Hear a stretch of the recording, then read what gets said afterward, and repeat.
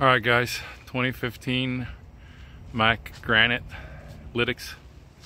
Gonna take this panel off, and on the top plug right here on that fuse box, wiggle the wires a little bit. The top two on that top plug, those are your turn signals. I couldn't find them anywhere else except going out through the firewall and work my way back. And then I guess I just run your cables down, you know, up, down. Took off the cluster, ran my wires this way, and you can either use the fuses or I use the bolts, nuts and bolts right there, like we do on the GPSs.